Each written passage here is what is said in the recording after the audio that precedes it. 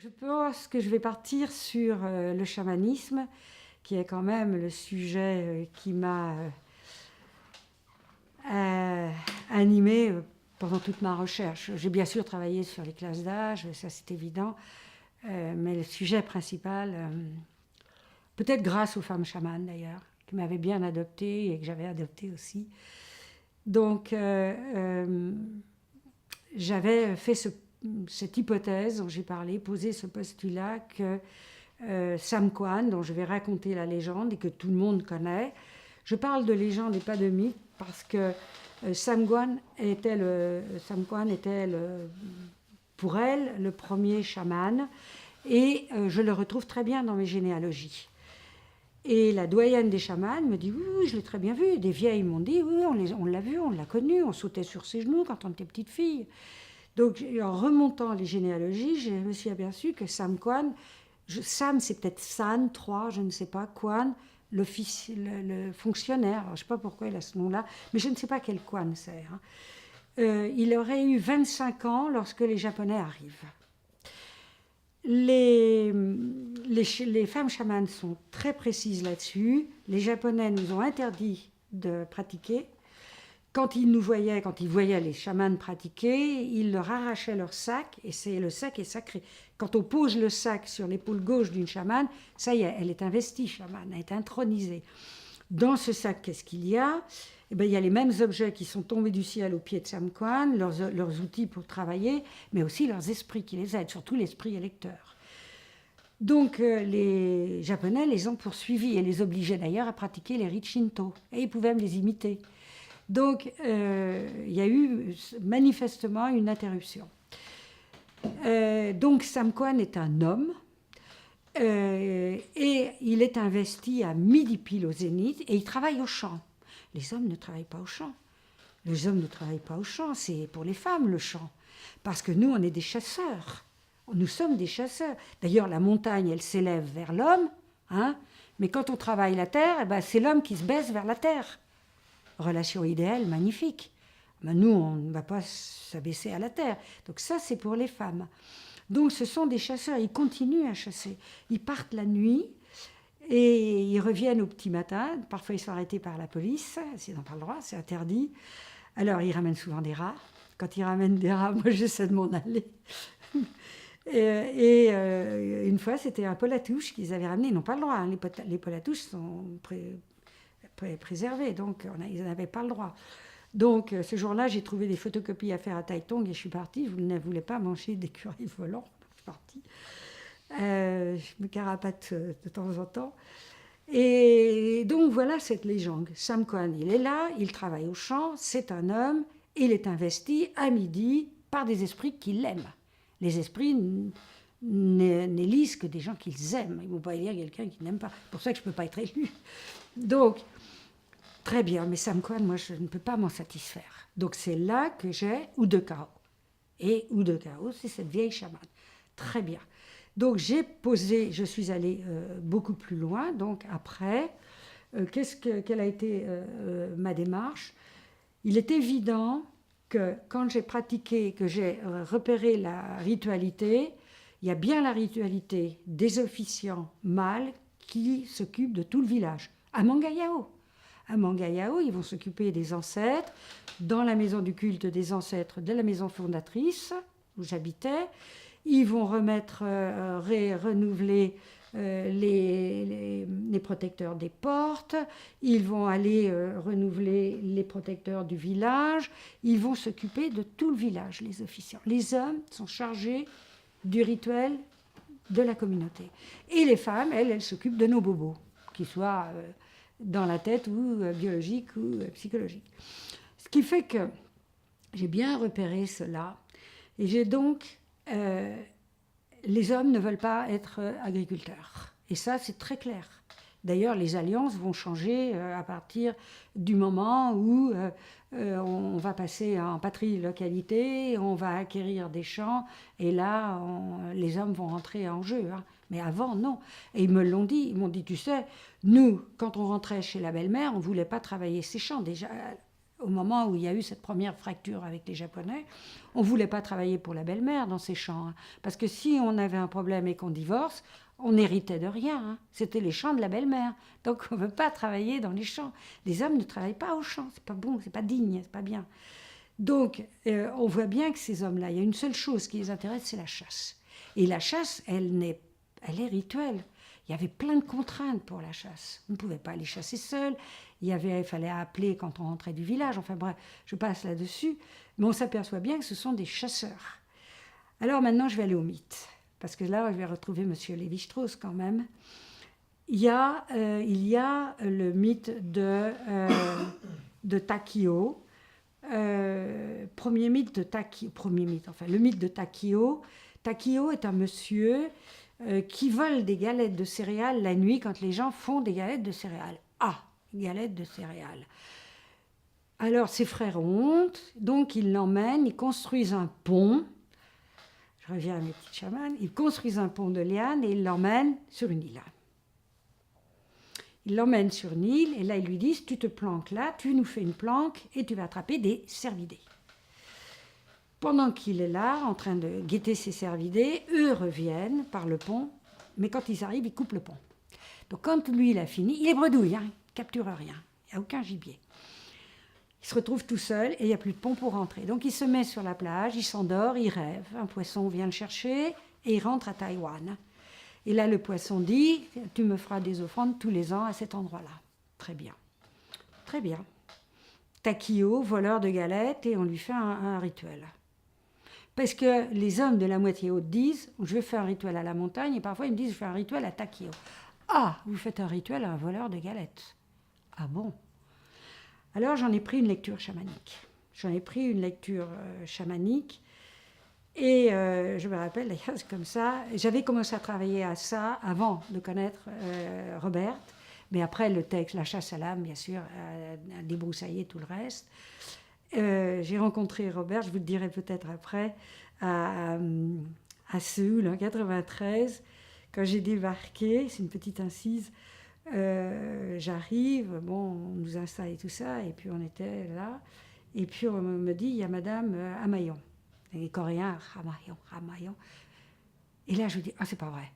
Et je venais présenter ce qui a été publié dans l'Archipel, et je me suis dit, si ce n'est pas correct, parce que Robert est la femme la plus gentille du monde, mais si c'est un travail mauvais, Robert, c'est pas possible. Hein.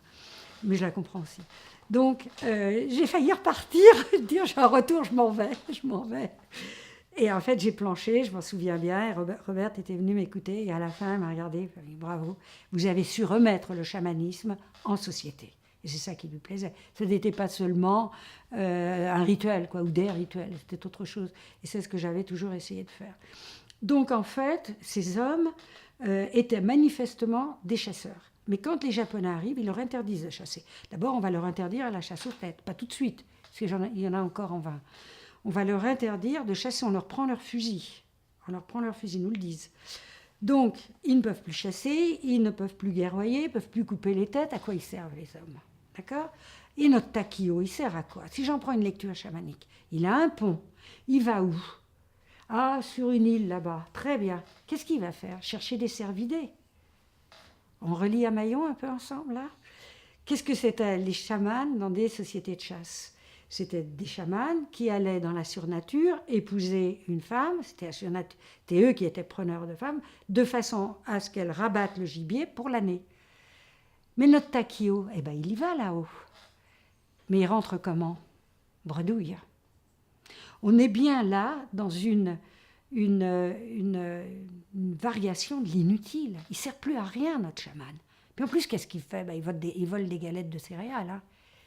C'est l'agriculture qui va lui prendre son travail quand même. Donc, on va laisser notre Takio tranquille. Et puis, il y a un deuxième mythe Il y a donc Samquan, qui est une légende pour moi, il y a Takio, et ensuite il y a un mythe que j'avais eu beaucoup de mal à avoir. Il m'est arrivé comme ça. Après, j'ai eu des versions différentes, mais la structure est là. C'est une jeune fille qui s'appelle Mouata, mais qu'importe. Son père l'envoie garder les céréales, le champ de céréales, et voilà.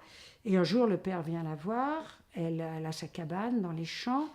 Et quand il arrive dans la cahute, dans la cabane, il entend shring. Bizarre d'ailleurs, c'est le grelot des chamans. Et là, qu'est-ce qu'il voit? Un cervidé. Donc il tue le cervidé. Le cervidé va lui manger ses récoltes. Et pourtant, les récoltes n'ont pas été mangées. La jeune fille revient. Elle voit le cervidé mort. Et elle lui dit à son père, mais qu'est-ce que tu as fait? Il dit, mais c'était un vieux cerf. Et elle lui dit, oui, certes, mais si beau. Alors elle relève les andouillets et elle se suicide, elle s'empale sur les andouillets. Donc on va les enterrer ensemble, parce que là le père comprend qu'ils sont amants.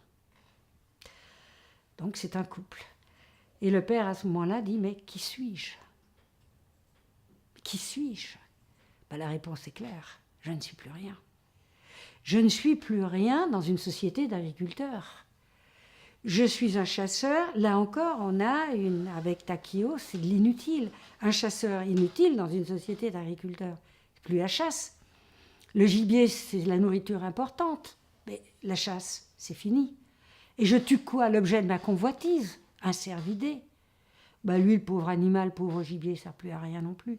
On est vraiment dans une variation de l'inutile. Takio et notre cervidé.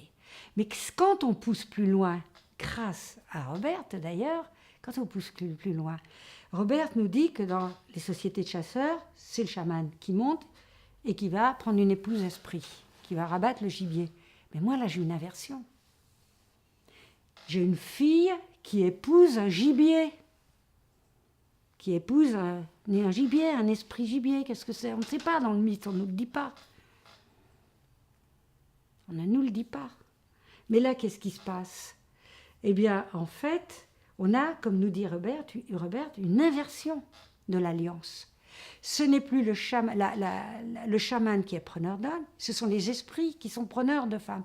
Et Robert nous dit très bien que quand on a une inversion de l'alliance comme cela, eh bien, on va basculer vers des sociétés à chamans, d'agriculteurs, et qui vont avoir tendance à incorporer des cultes de possession. Et c'est ce qui nous arrive.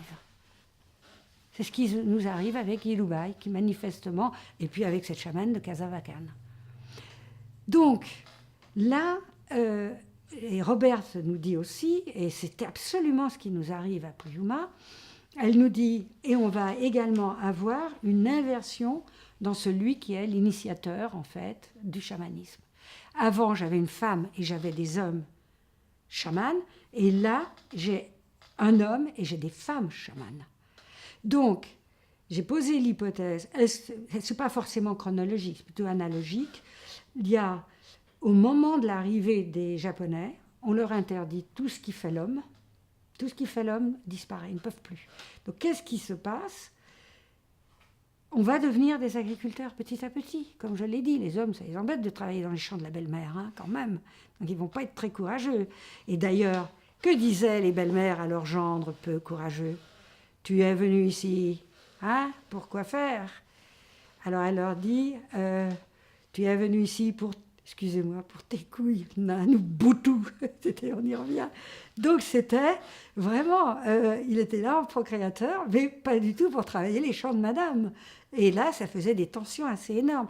Donc on voit bien que quand on était, avant l'arrivée et McGovern, Jeannette McGovern le dit aussi, elle dit que les Japonais vont obliger les Puyuma, parce qu'elle est allée chez les Puyuma, à avoir du riz, quitte à ce qu'ils aient le berry-berry, bon, ils ne devaient pas le manger décortiqué quand même, alors que c'était des chasseurs.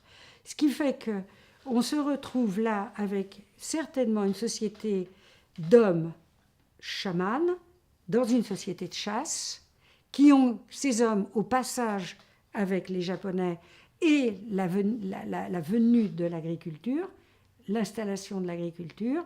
Donc les hommes, là on va passer doucement en patrie-localité. Les hommes vont se mettre à travailler la terre, ils n'ont pas le choix finalement, ils voulaient qu'ils fassent d'autres. Et on va avoir, et bien là on revient à Sam Quan. Ce monsieur qui, à midi, est investi par les esprits qui l'aimaient, et le sac lui tombe dessus, le sac que les chamans gardent. Et donc, on s'aperçoit qu'il est un homme, qu'on a des femmes chamanes, etc. Donc, on a manifestement une preuve peut-être de plus de ce que Robert avait dit auparavant. Alors, moi, j'avais travaillé sur Udekao avant de connaître Robert, mais après, elle m'a quand même, sa chasse à l'âme, m'a permis de peaufiner. Mais je sais qu'il y a des gens qui n'aiment pas travailler avec les mythes. Moi, je n'ai fait que cela, mythe et rite. D'ailleurs, je disais aux étudiants, sur le terrain, il y a deux organes à mettre en marche. La vue et l'ouïe. La vue pour voir les rituels et l'ouïe pour écouter les mythes. Il n'y en a pas d'autres. Mais même le système d'âge, si on y revient, il est initié par nos oiseaux, hein, d'ailleurs, c'est eux qui vont le dire. C'est le mythe qui m'a permis aussi de comprendre le système d'âge. Tout est dans les mythes, monsieur Lévi-Strauss. Je crois quand même qu'il n'a pas complètement tort. Je sais qu'il a été mis avec d'autres qui l'ont critiqué. Il a accepté les critiques d'ailleurs, je crois, un petit peu. Mais moi, les mythes m'ont sauvé, m'ont donné le départ du travail. Donc voilà, je ne pense pas. Parce que pour le système d'âge, on voit que ce sont... si on reprend, c'est une dame qui s'appelle Vulva Dentada, elle a le vulve denté. Donc dès qu'on lui donne un mari, elle lui coupe le sexe. Donc au bout de 3 ou 4, c'est bon, on n'a peut-être même pas attendu. Donc en fait, on la met dans une caisse, on la jette à la mer. Mais elle est récupérée au village de Katipol, les voisins, par le chef du village, qui lui a compris. Donc il va lui limer les dents, parce que c'est une très belle fille en fait. Et ils ont 2 fils. Mais à la mort de la mère, les 2 fils reviennent chez moi, à Puyuma, chez la grand-mère. Et là, par accident, bon, qu'importe, ils tuent la sœur. Bizarre, hein, fratricide. Ils tuent leur sœur. C'est quoi la sœur? Mais la sœur, c'est celle qui va normalement hériter de la maison, de la maisonnée, qui va poursuivre. Donc c'est la première rupture des garçons. C'est la première rupture avec la maisonnée. On la retrouve là à 11-12 ans. Mais ces garçons-là, la grand-mère leur dit dehors, je ne peux pas vous garder là quand même, vous avez tué votre sœur. Et donc ils vont s'en aller à l'orée du village et ils vont construire la première maison sur pilier, le dortoir des ados. Et qu'est-ce qu'ils disent à tout le monde? On interdit à toute personne de venir dans ce bâtiment. Et aujourd'hui, il est interdit, et je vous l'ai dit, à tout le monde, y compris aux vieux qui ont quand même une grande partie de pouvoir. Mais le père, lui qui est chef du village de Katipol, il se dit, mais moi, ce sont mes fils, je peux y aller. Ah, mais les fils le tuent, parricide. Et là, qu'est-ce qu'on voit encore une fois? Eh bien, c'est que le système d'âge domine la chefferie. On tue le père, mais le père, c'est quoi? C'est le chef de village. On a tout dans les mythes, tout est dit, tout est dit. Et après, bon, on peut continuer comme ça à aller dans la recherche, parce que ce sont les oiseaux qui vont les sauver. Ils vont demander à la grand-mère quoi faire, la grand-mère est bafouille, ils vont demander à un oiseau, t'es quoi, ils vont demander au sirote, et les amis sont le même mythe, ou à peu près. Il va leur dire ce qu'il faut faire, quel rite il faut faire, et ils vont le faire, ils vont guérir, ils seront réintégrés au village, etc. Et ça, tout est dans les mythes. Pour conclure,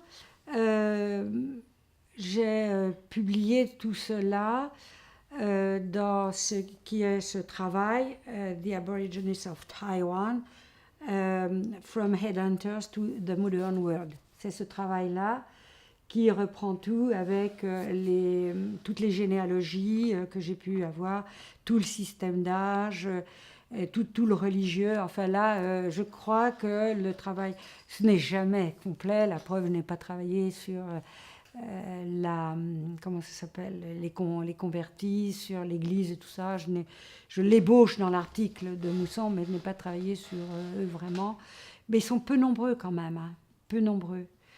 Il y a eu ceux de la première heure et après il n'y en a pas beaucoup. Donc, peut-être aborder, donc ce travail-là c'est terminé, c'est 2004, 2008, 2015, voilà, ça c'est les gros travaux.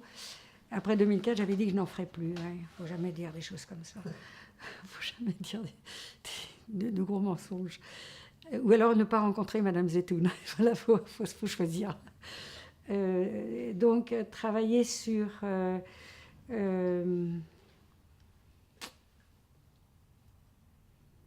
la culturation, la folklorisation, peut-être, pour terminer, non?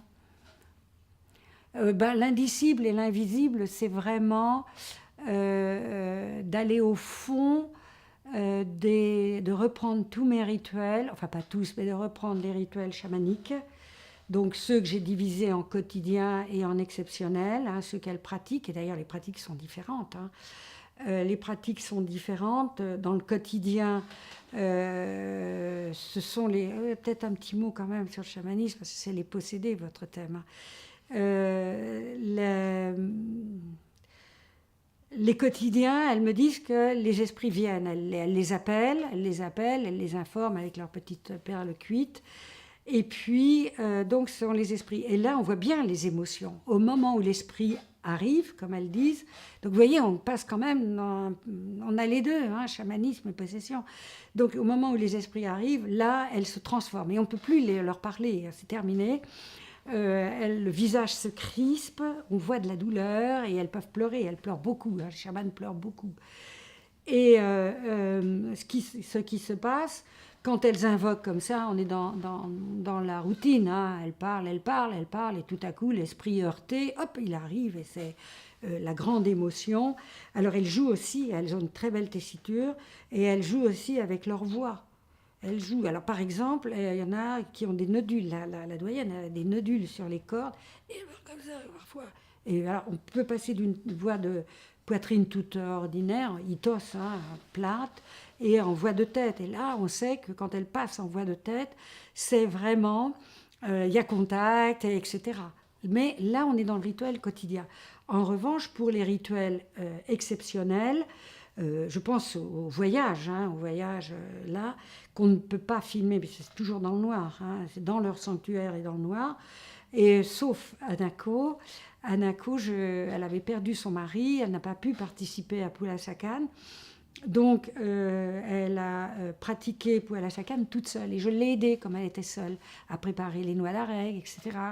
Et là, au moment où elle devait pratiquer, accomplir Yaoulas, je lui ai dit, est-ce que je peux venir? Elle m'a dit, bien sûr, viens. Puis je m'entendais très bien avec Anako aussi. Et viens, et je n'avais amené qu'une petite cassette à 8, hein, parce que j'avais passé en film à l'époque. Et je commence à filmer en me disant, de toute façon, à un moment, hop, l'interrupteur va être tourné, c'est terminé pour moi. Pas du tout. Alors je me disais, mais elle va couper l'électricité, elle va stopper. Et non. Et tout à coup, j'ai compris que c'était un cadeau qu'elle me faisait. Elle a laissé la lumière, donc j'ai pu tout filmer. J'ai toutes les rushs, parce que ça dure quand même quelques heures. Donc là, j'ai posé la caméra, donc j'ai raté un peu. J'ai couru, j'en ai perdu mes chaussures, j'ai couru au coin de la rue. Il y avait un marchand, il était ouvert, 10 heures du soir, mais les Taïwanais sont toujours ouverts. J'ai pris des cassettes à 8 qu'il avait. J'ai sorti de l'argent, je ne sais pas quoi, mais il était très content. Je suis repartie.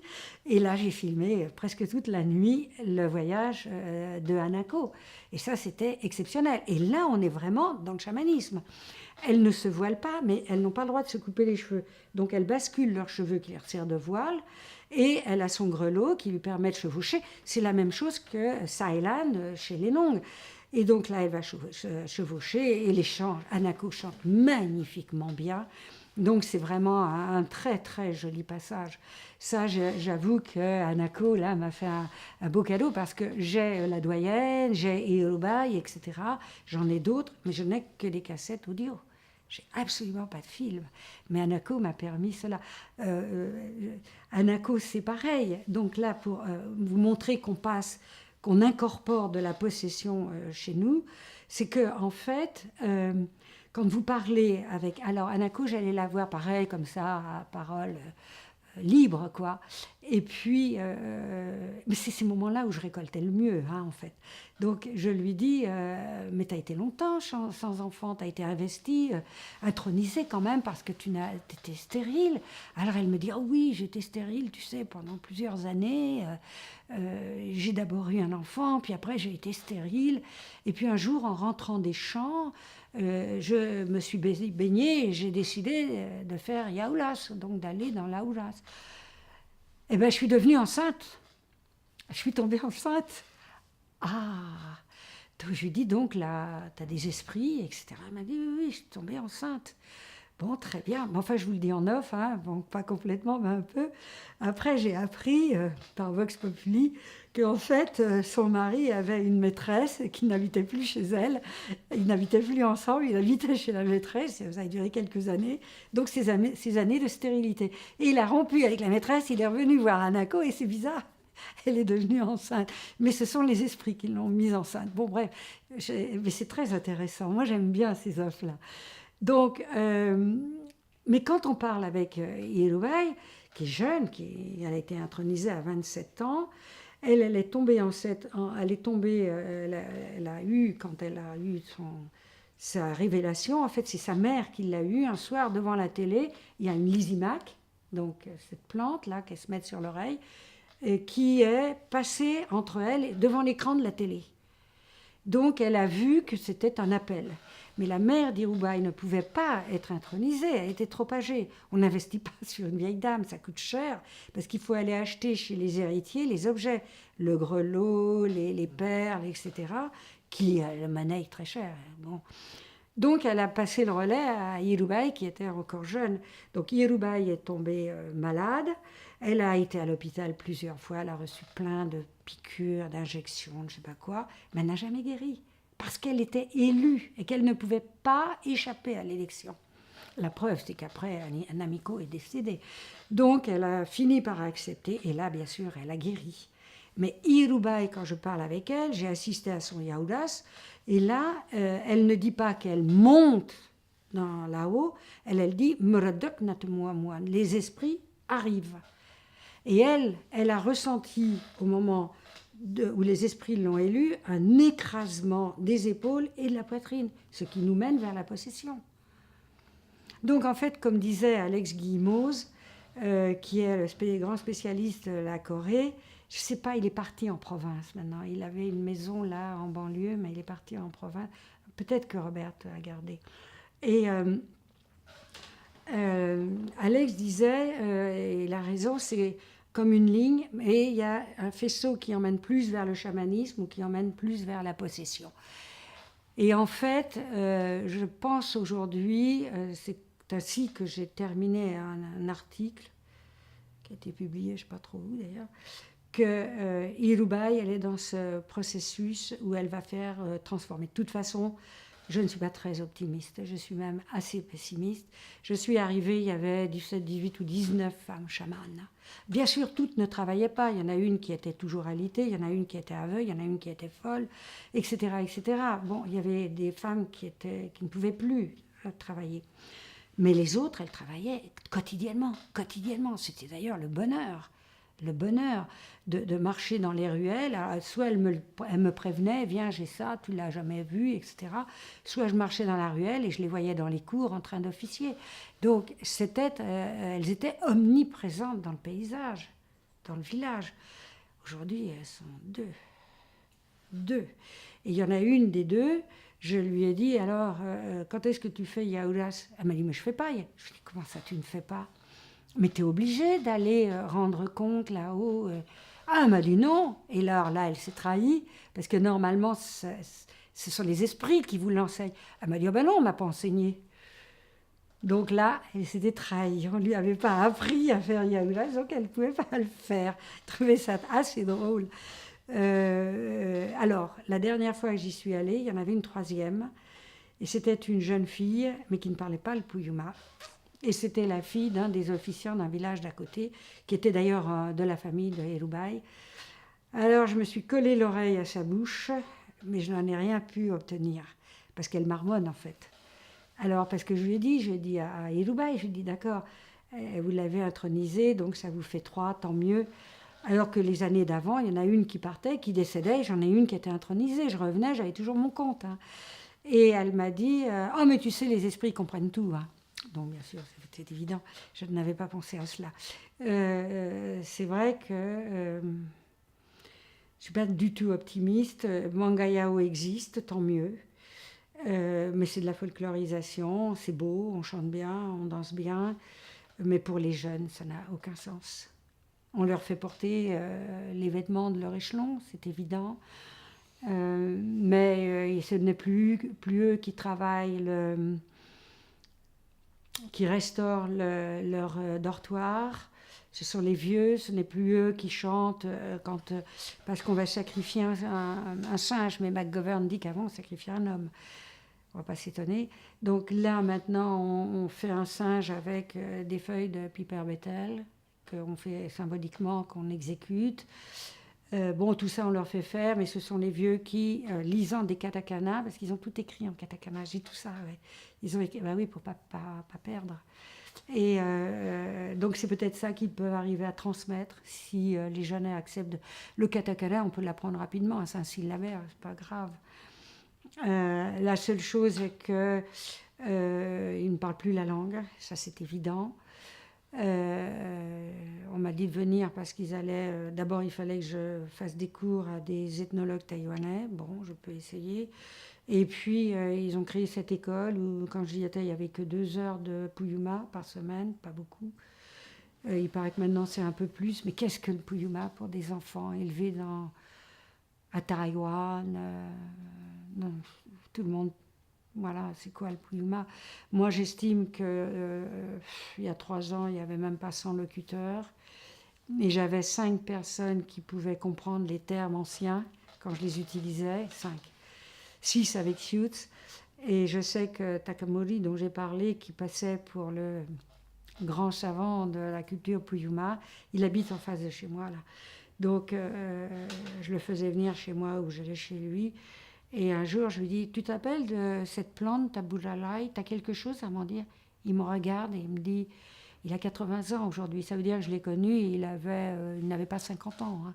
Donc il était jeune à l'époque. Moi, je travaillais avec des gens de 80 et plus, hein. C'était ça ma chance, en fait, de connaître des gens qui étaient nés au début du siècle. Donc ça, c'était ma chance. Donc,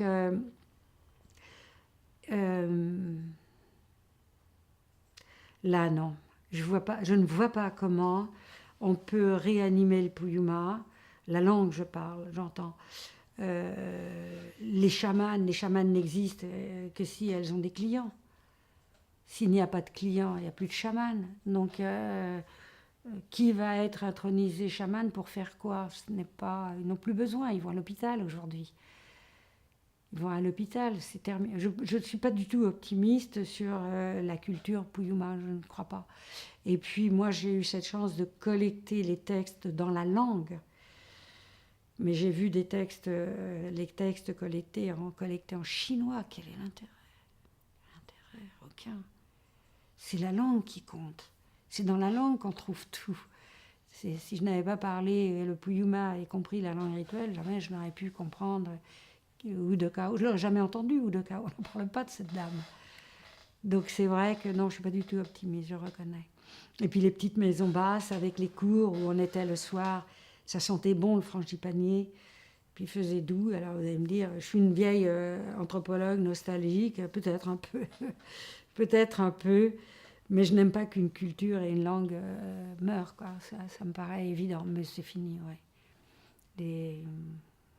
Schutz, elle est très gentille, Schutz, parce qu'elle a quand même accepté pour le dictionnaire de beaucoup m'aider et de passer aussi des heures avec moi quand j'arrivais plus avec les vieux. Mais Tabulalai, ils ne savent même plus ce qu'est cette plante. Centella asiatica, il y en avait partout. Alors Takamori m'a dit, ah oui, effectivement, le mot me dit quelque chose. Alors en revanche, je suis allée corriger les gospels avec eux. Ça, c'était très drôle. Je leur trouvais des fautes. Je trouvais ça très drôle. Ils étaient très contents. J'ai lu les gospels en Puyuma. Et je les ai aidés à... Mais j'ai appris plein de choses. C'est une langue qui est si belle. elle est très, je veux dire quelque chose de sacrilège. Le chinois n'est pas une belle langue, hein. Il n'y a pas de grammaire, pas de conjugaison. Mais cette langue Puyuma, d'abord, elle est très riche. Et puis quand on la parle et qu'on peut jouer avec les mots, les affixes, et puis les déclinaisons, je ne sais pas comment, oui peut-être, les focalisations, ça nous fait une langue très très très très belle, vraiment et chantante. Donc je pense que non. Si les jeunes n'ont pas la langue, ils n'auront pas la culture. Pas possible.